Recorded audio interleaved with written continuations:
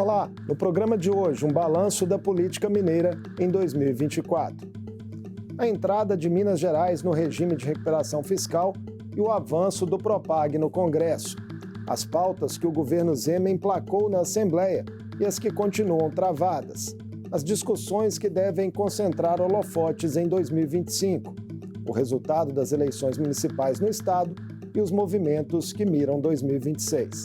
Eu converso com a jornalista, colunista e cientista política, Berta Macarum. Berta, sempre um prazer recebê-la aqui no Mundo Político. Prazer é meu, muito obrigada pelo convite, Marco. Berta, 2024 começou com o pagamento de parcelas da dívida de Minas com a União, ainda suspenso por liminares do STF. De lá para cá, o mesmo Supremo autorizou que Minas Gerais aderisse ao RRF, sem aval da Assembleia. Parcelas voltaram a ser pagas e o Propag, o projeto alternativo que foi apresentado pelo senador Rodrigo Pacheco para dar tratamento a essa questão, está em vias de ser aprovado lá no Congresso. O que Minas Gerais tem a ganhar com esse provável desfecho? Olha, Minas tem tudo a ganhar com o Propag, porque a começar pelas condições de pagamento do estoque da dívida, que são muito mais favoráveis do que aquelas condições propostas pelo regime de recuperação fiscal, que só para a gente olhar em termos de juros é IPCA mais 4%, E o Propag ele já começa de IPCA mais 2%, sendo que isso pode diminuir a depender do montante que você vai amortizar da dívida, com a possibilidade de fazer essa amortização com federalização de ativos e uma série de outras possibilidades e flexibilizações que foram introduzidas no texto, e também com a possibilidade de você, ao longo do período, ao longo de um ciclo de 9 anos, diferentemente do regime de recuperação fiscal, que nos legaria uma dívida de 210 bilhões ao longo dos 9 anos depois de privatizações, todo o esforço, segundo projeções feitas pelo próprio governo de Romeu Zema, o secretário da Fazenda, eu não sei se você lembra, no ano passado teve aqui na Assembleia e fez essa estimativa que ao final de 9 anos o regime de recuperação fiscal, a dívida seria de 210 bilhões. Então isso só para colocar em perspectiva, nós estamos com um orçamento fiscal de 2025 da ordem de 136 bilhões de reais, mais ou menos. Então, é quase 2 vezes o orçamento fiscal que nos legaria o regime de recuperação fiscal. Então, a proposta do Propag é bem mais interessante para Minas Gerais. Politicamente, como que saem os principais personagens desse processo? Tem uma notícia de que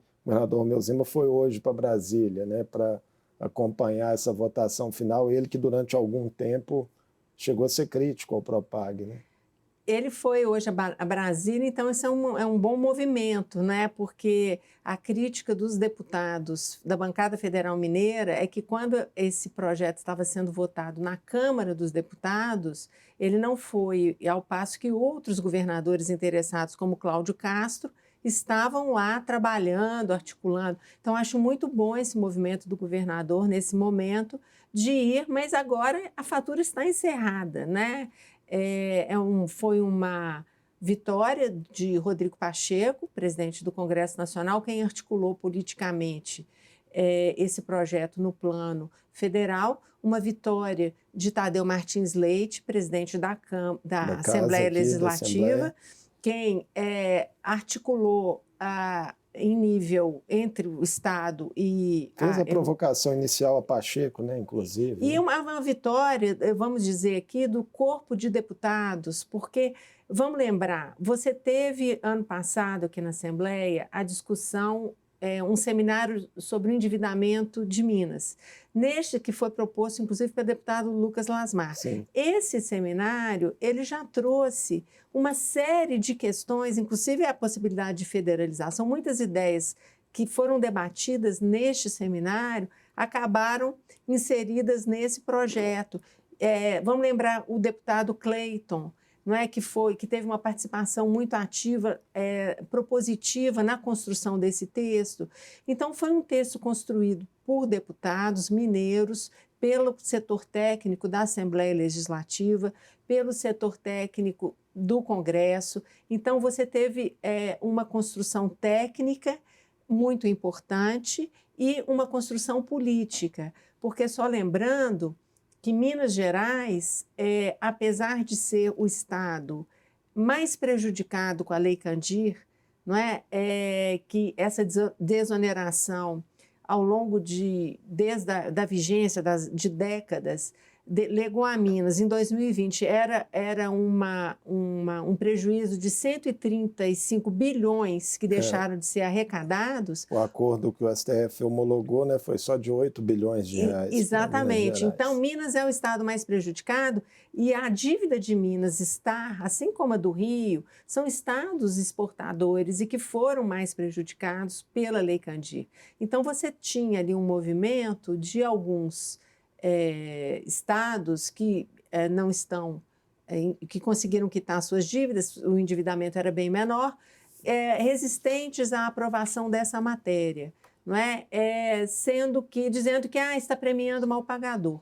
Não, Minas Gerais carregou o Brasil, não é? Carregou o Brasil pela desoneração da Lei Candir, por toda a desoneração e tudo aquilo que deixou de arrecadar ao longo desses anos, assim como outros estados também exportadores, ficaram prejudicados nesse processo, contribuíram com o país, mas no nível local tiveram dificuldades com suas finanças. Então, é uma compensação que está sendo feita. Algumas mudanças foram feitas, né, no Propag nas últimas semanas. Você vê algum risco para o Estado, enfim, com essas mudanças? Não, houve o prazo de adesão foi dilatado, né, para 31 de dezembro de 2025, e alguns ajustes agora que vão ser feitos lá no Senado.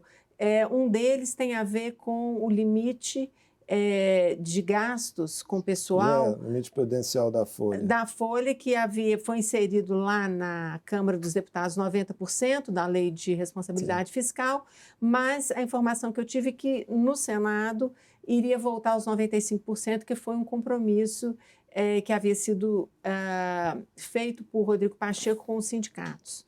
Então, eu tenho a impressão que as coisas estão dentro, mais ou menos, do que foi acordado.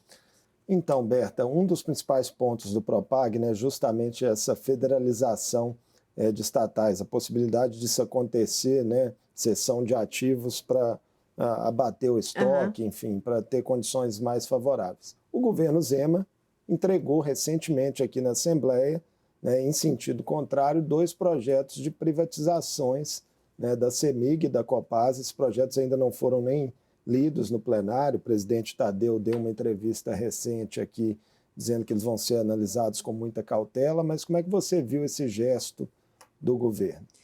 O governador Romeu Zema nunca escondeu que o projeto dele para as estatais mineiras é esse. Sempre foi, inclusive, a campanha, desde a campanha política, isso está no programa dele de governo, né?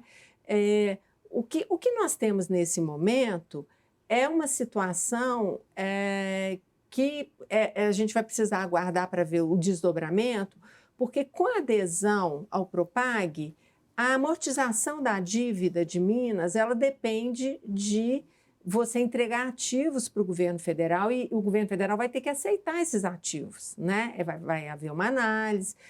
Você pode entregar créditos, por exemplo, créditos a receber da União, ou outros créditos a receber, imóveis, empresas, né? Você tem a Codemig, que é uma empresa muito valiosa. Então, você tem uma ampla possibilidade, no caso de Minas, que é o único estado brasileiro ainda com os ativos, com esses ativos a ser entregues, né? No valor que os nossos ativos têm. Então, esse movimento do governador Romeu Zema, ele não é diferente do que já vinha sendo feito. O que ele causa neste momento é uma certa estranheza porque havia expectativa de que alguns desses ativos fossem ser federalizados.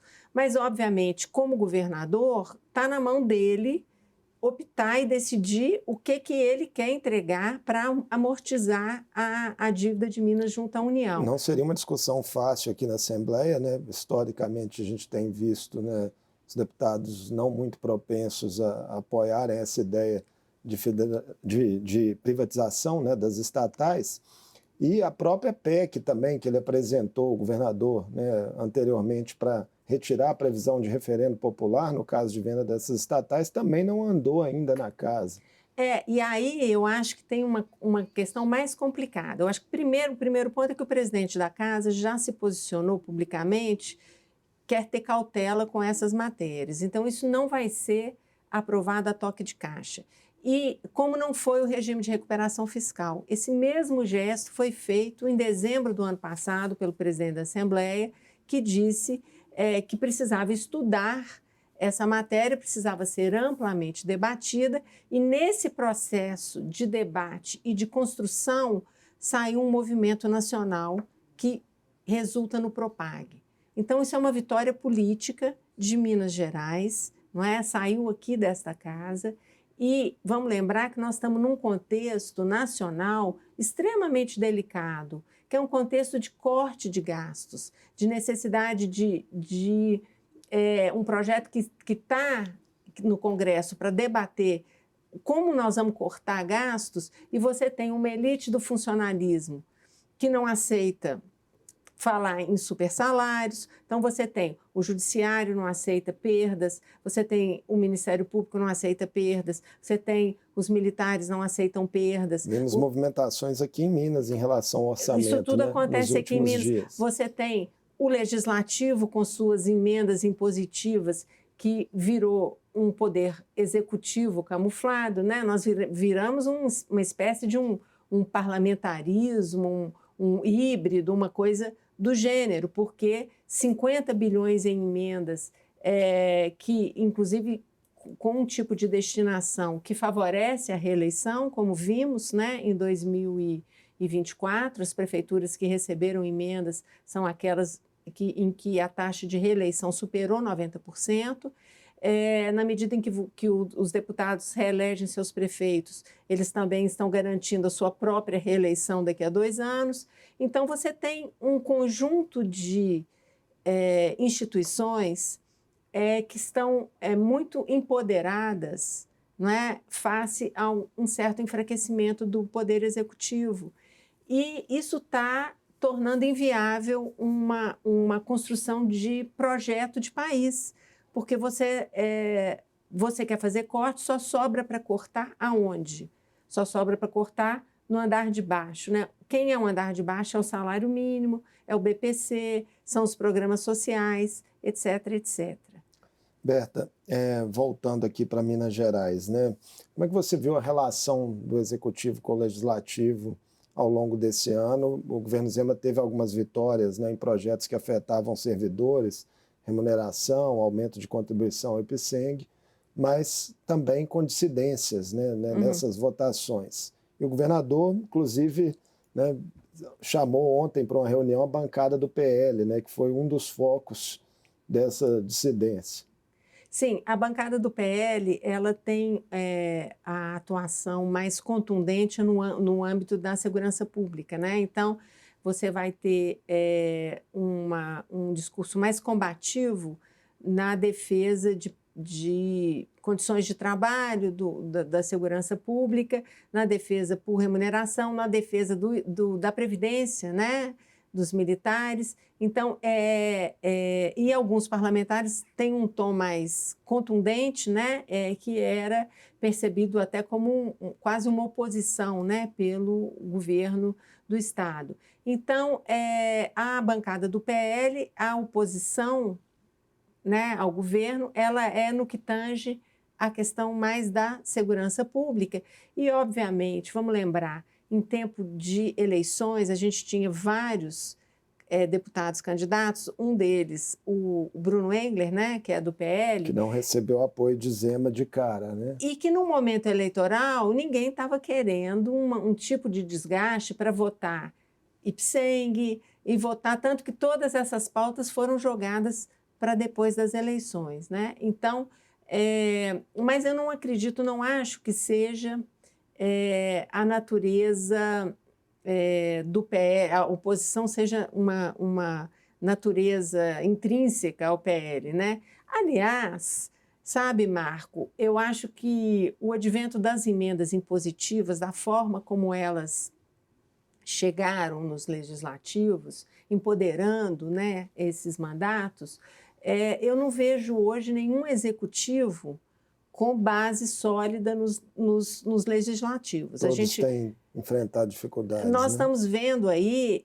são deputados com suas emendas impositivas garantidas, e não são poucas, né? Vamos ver aqui na Assembleia Legislativa, por exemplo, para 2025 é mais ou menos 24 milhões por deputado, mais cerca de 4 milhões partilhado naquela cota da emenda de bloco. Então, você tem ali 28, mais ou menos, milhões ao longo de 2025 para estar entregando para as suas bases, né? Sendo que a Assembleia, hoje, na época da LDO, você deve ter percebido isso, virou um desfile, né, de instituições. A Polícia Militar vem com seus kits pedindo emendas, os bombeiros, a Defensoria Pública, todas as instituições que querem recursos, né, para investimentos, eles não batem mais na porta do Executivo, eles vêm bater na porta do Legislativo. Sendo que os próprios prefeitos hoje sabem quanto que vale o apoio, né? Então, eles também fazem um leilão hoje de quem dá mais, né? Qual deputado me dá mais emenda? Então, você tem, ontem, conversando com um parlamentar, me falou, olha, tem cidades pequenas que você destina 500 mil, o prefeito não está bom, não. Não está bom, não. Eu quero de 1 milhão para cima a minha emenda, porque também as cidades estão dependendo desses recursos para fazer uma ponte, fazer...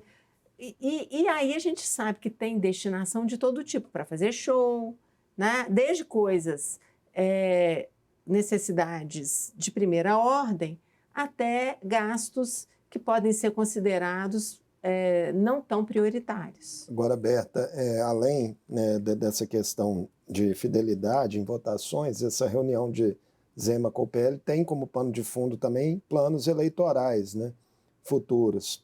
O governador já declarou que quer fazer do seu vice, Matheus Simões, do Partido Novo, o seu sucessor. O PL ensaia também o lançamento de uma candidatura ao governo do Estado. Cogita-se, por exemplo, Nicolas Ferreira, apesar dele, por enquanto, negar essa pretensão. O senador Cleitinho Azevedo, que hoje está no Republicanos, também já foi especulado uma filiação dele ao PL para se candidatar ao governo. Como é que você tem visto esse campo, né, rumo a 2026, se pode haver um racha mesmo mais para frente? Esse campo está com muito candidato potencial, né? Você vai ter o senador Cleitinho, do Republicanos, que já foi lançado pelo seu irmão e também não nega e tem atuado, não é, dentro de uma pré-candidatura. Você tem Nicolas Ferreira, que o Bolsonaro já lançou, né, para o governo de Minas. Você, em determinado momento, Nicolas e Cleitinho vieram publicamente em postagens. Dizer que estariam juntos, né? Dizer que estariam juntos, abriria mão para o outro. E você tem o vice-governador Matheus Simões, que é o candidato natural de Romeu Zema, inclusive... Tem cumprido agendas de candidato. Tem já cumprido, né? E está em processo de percorrer o Estado para fazer aliados, se tornar conhecido, etc. Então, você tem essas 3 candidaturas, que são candidaturas... o Matheus Simões, não tanto pelo que ele hoje teria em intenção de voto, Nós vimos recentemente até uma pesquisa, É natural. da Quest, 2%. Teve o Matheus Exato, Simões.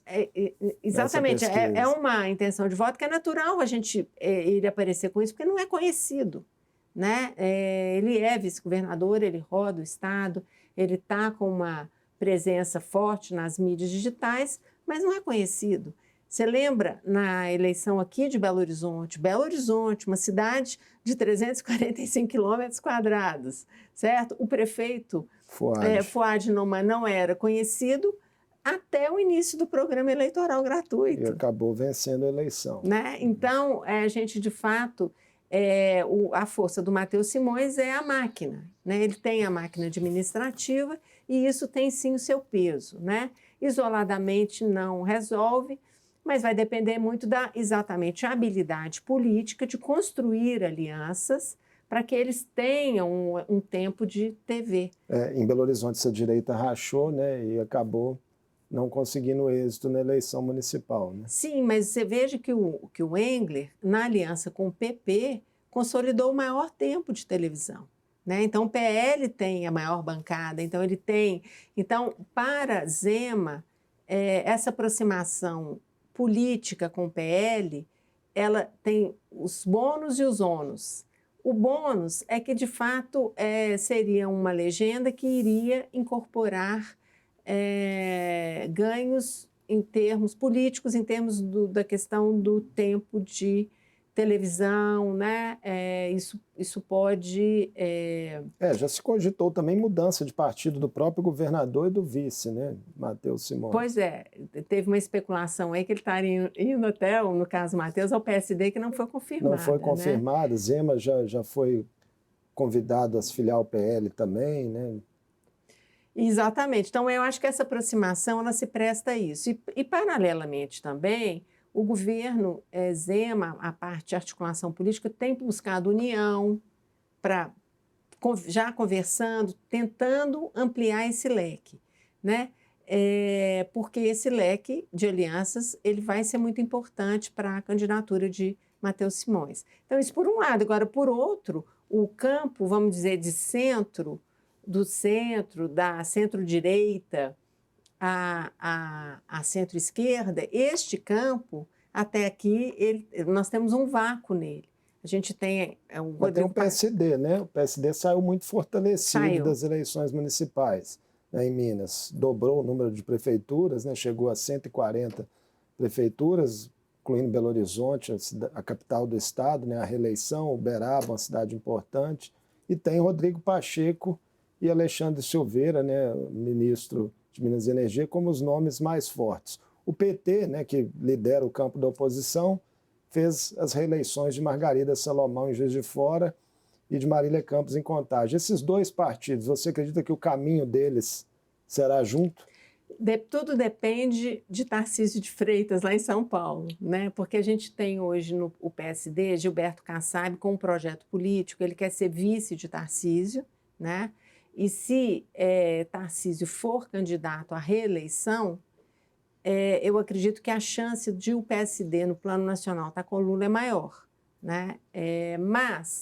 E aí nesse cenário, aqui em Minas, nós teríamos uma construção PSD-PT juntos, né? Porque é uma construção que vinha sendo já encaminhada desde as eleições municipais. Você citava um vácuo, né, de liderança. Sim, eu citava por conta disso, porque o Rodrigo Pacheco é um nome que o Lula gostaria, né? Mas o Rodrigo Pacheco é também sondado para ser vice de Lula numa eventual construção com o PSD. O Alexandre Silveira também é um nome que tem aparecido nesse processo, e o prefeito do Rio, Eduardo Paes, também seria um nome numa construção de Lula mais sólida com o PSD, seriam 3 nomes cotados, né, para essa construção de uma chapa, né, no plano nacional. E, ao mesmo tempo, que o Rodrigo Pacheco poderia se consolidar como uma possibilidade, ele é um único nome que eu diria que unifica o centro e a centro-esquerda aqui em Minas sem questionamentos. O próprio PT tem divisões internas nesse momento, né? Mas não em relação a isso, né? Marília Campos, que é um nome também em ascensão, um nome forte, uma prefeita reeleita, estaria nessa composição, né? Ela sim, ela é entusiasta da candidatura de Pacheco, chegou a declarar isso aqui no nosso programa. Exatamente, entusiasta e estaria nessa construção, né? Agora, a questão é convencer Rodrigo Pacheco, né? Eu acredito que ele, que tem sido um nome cotado para o Ministério da Justiça, agora, a partir de fevereiro, quando terminar o seu mandato à frente da presidência do Congresso Nacional, ele está tomando seu tempo, né? Ele está, enfim, ele não está tomando decisões neste momento, mas esse leque de possibilidades está posta. E enquanto ele não decide, o campo está em aberto aqui em Minas e nós vamos ver como é que isso vai evoluir em 2026. Berta, enquanto, né, se cuida, né, das articulações internas aqui em Minas, Romeu Zema também, nos últimos meses, né, tentou estabelecer ali uma agenda mais fora do estado, né, visitando outras regiões do país, vendendo aí resultados de sua gestão. Como é que você vê as chances do governador de Minas integrar um projeto nacional da direita em 2026, né, em meio a outros nomes nesse campo, que hoje tem o ex-presidente Bolsonaro inelegível? Primeiro, eu acho que é importante dizer que um governador de Minas é sempre um potencial candidato à presidência da República. Essa é a história do nosso estado, né? Nós temos uma história de política, uma história de estadistas, de governadores que se tornaram presidente porque gostam de política, articulam política e construíram muita coisa por meio da política, né? Então, eu acho que é natural um governador de Minas ser um potencial candidato à presidência da República. Agora, a situação do governador Romeu Zema, no campo em que ele se coloca, de uma forma muito... eu tenho notado uma tentativa de se afastar um pouco da órbita do bolsonarismo, né? Inclusive nesse processo de desgaste profundo com todas essas notícias de golpe, tentativa de golpe de Estado, inclusive tentativa de golpe com planos de assassinato e coisas que seriam impensáveis, né? Que estariam sendo, segundo o inquérito da Polícia Federal, foram gestadas no seio do entourage ali do ex-presidente Jair Bolsonaro.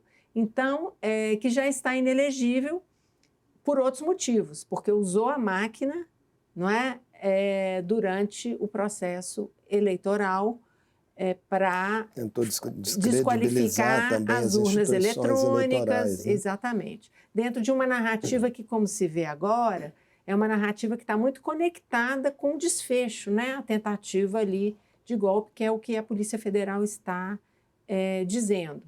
Então, eu acho que o governador ele tem tentado se afastar um pouco, mas ele continua na órbita, porque ele tem um discurso de muita identidade, a gente sente, com muitas dessas narrativas que a extrema-direita adota, em que pese ele seja um democrata, não é? Ele não está envolvido nesses atos antidemocráticos. Mas a gente percebe o governador tentando se afastar mas vai e volta, né? Um morde-sopra, se silenciou em relação à questão de Bolsonaro. Ele né? ter o aval de Bolsonaro como um nome seria improvável, na sua visão? Seria improvável porque Bolsonaro, de fato, quer reservar para si. Ele já disse que ele é o candidato, ele é o plano A, o plano B, o plano C, né? E, naturalmente, se não reverter, e não vai, tudo indica que não irá reverter sua inelegibilidade, e tudo indica que as investigações estão agravando a situação dele, né? Então, a gente é muito pouco provável hoje imaginar que ele consiga reverter essa inelegibilidade. Nessa hipótese, ele vai colocar alguém de sua própria família. Não me parece o perfil de político que iria entregar para um terceiro o seu espólio eleitoral, né, da extrema-direita, não me parece. Então, nesse sentido, é muito pouco provável que isso venha cair no colo do governador Romeu Zema, né? Mas acho legítimo que ele pleiteie, acho que ele deve articular sim, mas deveria buscar forças de direita e não da extrema-direita para tentar construir uma unidade mais no campo da direita e da real centro-direita. Não centro-direita que a extrema-direita está dizendo que é agora, né? Para tentar ressignificar essa posição no espectro ideológico. Vamos acompanhar esses movimentos, né, no próximo biênio, muita coisa para a gente ficar de olho. Muito obrigado por essa entrevista conosco, mais uma aqui no Mundo Político, Berta. Eu que agradeço o convite, desejando a todos um excelente 2025. Para nós todos. Eu conversei com Berta Macarum, jornalista, colunista e cientista política. Falamos sobre os movimentos que marcaram o cenário político mineiro em 2024, as perspectivas para a dívida do Estado, com a entrada no RRF e a possível aprovação do Propag, os desafios do governo Zema para emplacar suas pautas na Assembleia, o saldo das eleições municipais e os caminhos que se desenham para o próximo biênio. O Mundo Político fica por aqui.